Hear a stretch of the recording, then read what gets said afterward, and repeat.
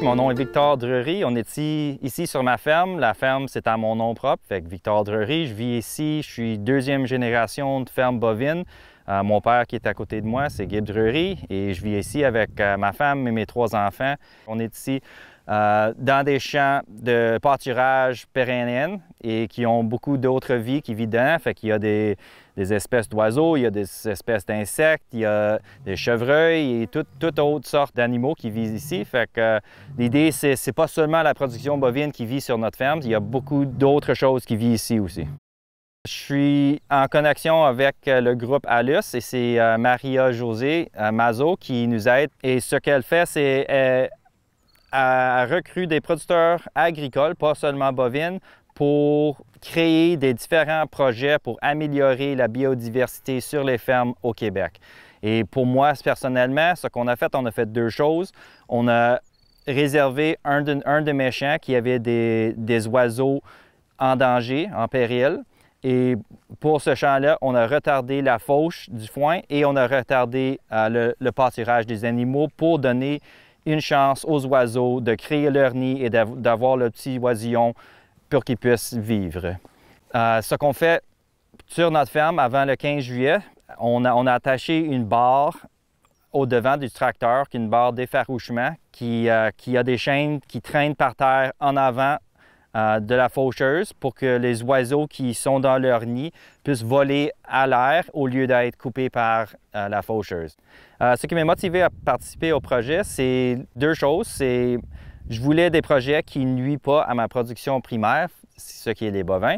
Et aussi, je pouvais augmenter la biodiversité sur ma ferme avec des différentes manières de gérer les troupeaux. C'est très facile d'augmenter la biodiversité. Si on change des différentes manières de faire nos rotations, si on peut prendre des idées des champs qu'on coupe pas ou qu'on attend pour le pâturage, c'est très facile d'augmenter la biodiversité sans nuire à la production. La fauche retardée, en fait, c'est simplement de laisser certaines parties des champs de foin qu'on va faucher seulement après le 15 juillet.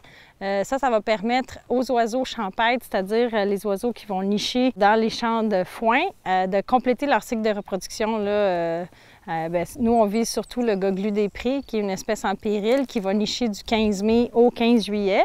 Fait qu'on vient protéger le moment de la reproduction de cette espèce-là en demandant aux producteurs d'attendre au minimum au 15 juillet avant de faire leur première fauche. Ça, c'est une autre pratique, si on veut. C'est ce qu'on appelle la fauche adaptée avec une barre d'effarouchement. La barre d'effarouchement, en fait, c'est une machine qu'on vient mettre en avant du tracteur, en avant de la fauche, avec des chaînes qui va permettre d'effaroucher, de faire peur aux oiseaux. La fauche du mois de juin, c'est la meilleure fauche, si on veut, en termes de qualité du foin. Fait qu'on ne peut pas toujours demander aux producteurs d'attendre après le 15 juillet pour faucher. Mais il y a une possibilité justement de diminuer la mortalité en adoptant différentes techniques de fauche au niveau du patron de fauche, diminuer la vitesse par exemple à 10 km/h. Au moins, ça va donner plus de temps aux oiseaux de fuir.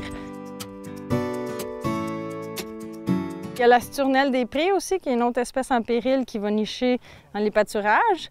Mais on a toutes sortes d'oiseaux aussi qui ont le même comportement. Mais il y a aussi, par exemple, des papillons, des insectes, toutes sortes de choses. Des fois, en ayant des moments de fauche retardée, on amène différentes dynamiques dans les champs. Puis ça peut aider toutes sortes d'espèces. Le fumier vient amener une richesse au sol, puis ça, par défaut, ça l'amène plus d'insectes, plus de vie dans le sol, plus d'humidité, fait que plus de croissance des végétaux. Tout est relié, puis les bovins, c'est comme la clé, si on veut, de garder le sol en santé, puis le sol riche, qui est à la base de la vie, finalement, qui se trouve dans les champs.